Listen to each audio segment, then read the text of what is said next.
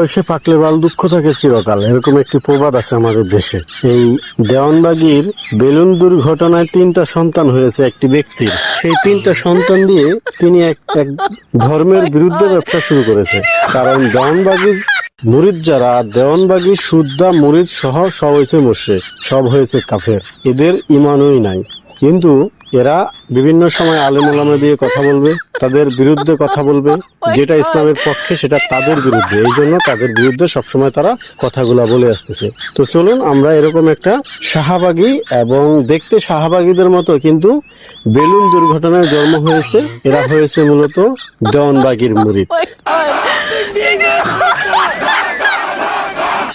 শহীদ মিনারের মতো পবিত্র স্থানে দাঁড়িয়ে বলে দিল্লি না ঢাকা, তাহলে আপনাদের রক্তের ভাই হবিগঞ্জের মেহেদী হাসান দিল্লি গেছিল কেন? দিল্লি গেছিল তোমার মা এবং তোমার 3 বোনের বিয়া ঠিক করতে তার সাথে।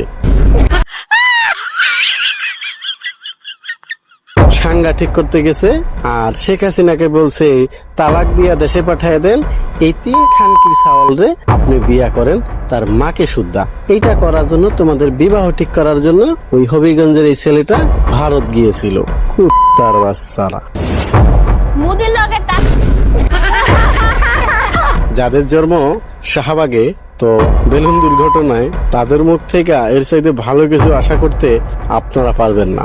সবাই এক একজন এক এক কথা বলেছে। আমি খুঁজে দেখলাম যে এরা আসলে ওইরকম কিছু না, এরা মূলত হয়েছে দেওয়ানবাগির মুরিদ এবং কাফেরের মুরিদ।